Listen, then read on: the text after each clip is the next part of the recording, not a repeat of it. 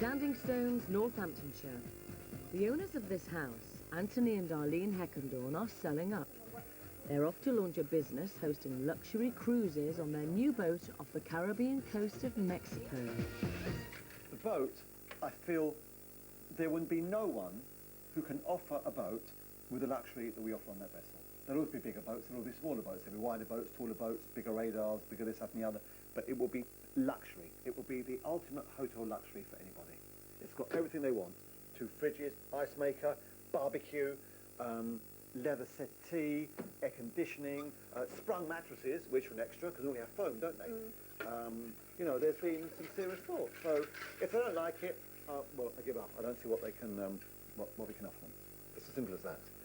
The boats even gone mad on the engines. I mean, 1,000 horsepower, north of 32 knots, 15 seconds. People will fall off the back if they're not careful. So it's going to be a real tailor-made holiday, which is something that that you can't get from a large company. So and I'd like them to think that at the end of the holiday they feel, you know, that we've almost made friends or certainly good acquaintances out of the people, you know. I keep thinking to myself, when you greet them, is it hello Harold and Maggie, or is it Mr. and Mrs. Well, only Smith? if that's their name. Oh, well, that's true as well, yeah. And I've gone for the Mr. and Mrs. until there's like a sort of, you know, understanding. I think it's more respectful, really. Tell me when will you be mine? Tell me quando we can share love. Until now, motor yachting on the Solent has been the Heckendorns' weekend hobby. Turning it into their business means Anthony will be giving up his well-paid job as the managing director of a mat and mud flat factory near Aylesbury. I've been in the motor industry for 25 years. I've had it with the industry. I've had it with mats and mud flaps. Yes, we have our smashing house. We have the boat on the south coast. We have our Jag. We have our Audi. You know, we want for nothing. But what we don't have is what's called quality time. In essence, we're in a rat race now. We want to jump out the rat race. We want to jump from mats to Mexico. It's July when Anthony and Arlene leave Britain with their 2 young sons. They've always enjoyed their holidays in Mexico, but this time they're going for good. They want their business to be up and running in just 3 months' time. There is much to organise before then, not least hanging the curtains in their new home. Only my wife. It's quite incredible. Battle raged for hours, the government sending in a local army unit. The authorities have been trying to co-opt tribal leaders in the search for Al-Qaeda supporters, hiding in this volatile part of Pakistan's tribal belt. It clearly didn't work, though politicians in Islamabad are putting a brave face on it. Pakistan is prepared to go to any length to root out terrorism on its own soil. And secondly, it also shows the risks involved, particularly in an area like the tribal territories, which have never seen a military presence before. And it also shows that Pakistan is cooperating with the international community in the war on terror at tremendous risk of destabilizing a sensitive part of its own country. 2 days ago, President Musharraf appealed to tribal leaders for their help. He vowed to rid Pakistan's tribal areas of suspected foreign terrorists, saying for the first time that up to 600 are sheltering here. The Americans have been putting intense pressure on Pakistan to get tough in the sensitive border regions, and the operation near Wana may have been designed to impress Colin Powell, who's now in Islamabad. But it does appear to have been botched, and tensions in the tribal areas are running dangerously high. Ian Williams, Channel 4 News, Islamabad. Tonight, an American broadcaster is showing footage they claim shows Osama bin Laden taken from a drone spy plane. The pictures, filmed in Afghanistan a year before the September the 11th attacks, show a tall figure in white robes at a known Al-Qaeda camp. The footage has sparked debate in Washington over whether the Clinton administration could have missed an opportunity to kill or capture bin Laden. Over to Christian again now for more of today's news.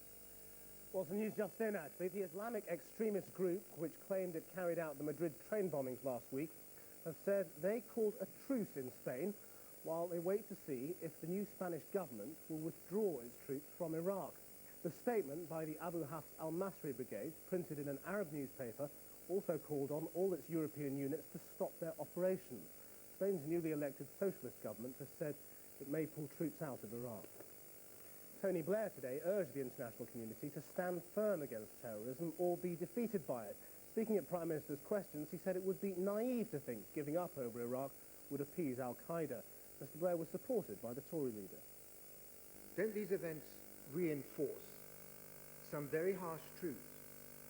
That Europe is not immune from attack by al-Qaeda, and that, as we know from the chilling statements that organization has made, there are no concessions that will stop these attacks. Shouldn't everyone now recognize that there is no such thing as an opt-out from the war on terror?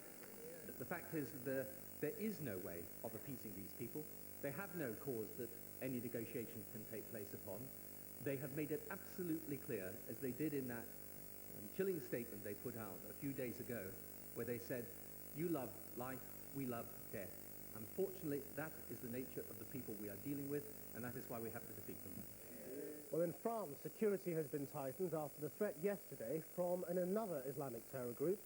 Troops have been posted at public buildings, including the Eiffel Tower, following the threat, which was sent to a French newspaper, from a group calling themselves Commando Mossad Barayev. They're apparently named after the Chechen rebel who led the attack on a Moscow theatre 18 months ago and links their threat to the ban on Muslim headscarves in French schools. Two men convicted of the notorious Glasgow ice cream war killings walked free from court today as innocent men. Thomas Campbell and Joe Steele were convicted in 1984 for the murder of 6 members of a Glasgow family in a fire.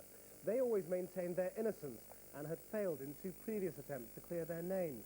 The killings had been linked to a turf war over the control of the Glasgow ice cream business. Millions of locusts have descended on a town in the Australian outback, devouring acres of crops. Heavy rainfall, followed by warm weather in northeastern Australia, means more locusts are breeding than ever. They swarmed on the farm community of Tomingley in New South Wales, and residents fear there will be very little left when they finally go. But we've been told this is the tip of the iceberg, that in 3 or 4 days' time they'll come through and they'll probably eat our lucerne crops as well. And what about around the house? I mean, will they start there as well? I should imagine that they'll come in and eat the lawn and the flowers and the washing on the line if they get a chance, yes. Jimmy White's been questioned by police on suspicion of possessing a Class A drug. The veteran snooker player, known as the Whirlwind, was arrested at the Holiday Inn in Preston following an exhibition match in the city. He's been released on bail, but in a statement released tonight, he denied that he would become involved in any activity that brought the sport into disrepute. Now, imagine sitting on a crowded bus and getting a message on your phone saying your perfect date is just a few footsteps away. Well, it could soon be reality. A new system is being developed in America which stores the special details that just might make up your ideal opposite number. Lonely hearts enter their details into the dating service's database. If they then come within a few yards of a potential match, the service tells their phones to communicate, exchange personal details and photos. The idea is called serendipity, and one of the researchers who dreamed up the idea said he hoped technology-assisted dating would be just like the real thing. The markets reacted positively to today's budget. At the close, the index of 100 leading shares was up by almost 28 points. A short time ago, the pound was up against the dollar and was also up against the euro by 0.75 cents. On to the weather now, and the satellite shows a broad band of cloud across the south, clearer elsewhere. Tonight, southern England will stay cloudy with patchy rain at times. Most other areas will be dry and clear. Tomorrow, light rain in the southeast will soon clear, but it'll be followed by more extensive cloud and rain spreading from the west right across the country. Conscientious objector or deserter, an American National Guardsman who went absent without leave rather than return to duty in Iraq, is about to rejoin his unit after surrendering to the military authorities. Camille Mayo says he believes he and others were lied to about the reasons for going to war by what he saw there. Our Washington correspondent, Jonathan Rugman, has this. Before handing himself in, Camilo Maia had been living on the run, paying cash for everything, staying away from his 3-year-old daughter to avoid being caught. The army says up to 600 soldiers have deserted the ranks, Mr. Maia, who left his unit on leave last year, is the first to speak out. First of all, we were all lied to when we were told that we're going there for weapons of mass destruction, and when we were going there because of links between Saddam Hussein and terrorism and things like that. It was all just a justification to go in there and take the oil out of Iraq. The staff sergeant says he saw Iraqi civilians shot without good reason, but his fellow troops were too focused on winning medals and asking questions later. The army says he was a poor squad commander. He says his conscience came first. Top inspector said that there are no weapons and we're still there. Already they have said that there's no link between Saddam Hussein and terrorism and we're still there. So why are we there? Why are we there? I don't have a purpose, I don't have a reason to be there. Mr. Maia's timing is impeccable, with grumbling among his fellow guardsmen whose deployment has been extended, and the president's rival this afternoon promising better. Soldiers in Iraq are paying the price every single day because our forces are spread too thin. And mothers of dead servicemen now reaching for the microphone like never before. Bring the troops home now, not tomorrow, not the day after. Bring them all home and bring them home safe. The overwhelming majority of the people serving today are proud of their service, and they're anxious to be serving. Mr. Maia was not proud and hopes the army will add him to its list of 33 conscientious objectors from an invading force of over 100,000. The alternative, a court-martial and at least 5 years in jail. Jonathan Rugman, Channel 4 News, Washington. Krishnan, a last look at tonight's headlines. A huge explosion has destroyed a hotel in the Iraqi capital, Baghdad. The latest reports say at least 27 people are dead and 45 are wounded. US Army officials believe the blast was caused by a 1,000-pound bomb, which they say fits a Muslim militant profile. Some American civilians were among those hurt. Here, detectives investigating the abduction and murder of a 15-year-old boy in Glasgow say they can't rule out a racial motive.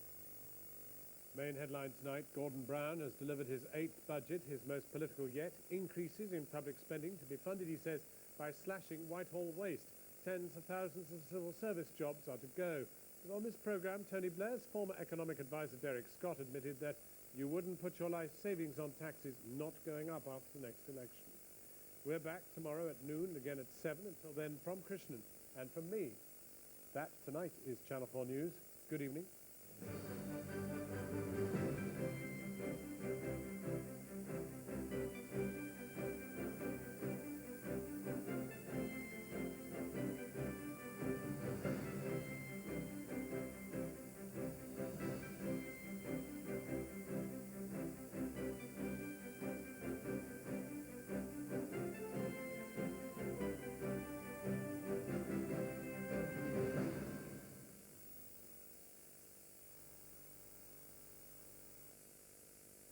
For daily news updates from the Channel 4 team, sign up for text alerts. Send news to 83188.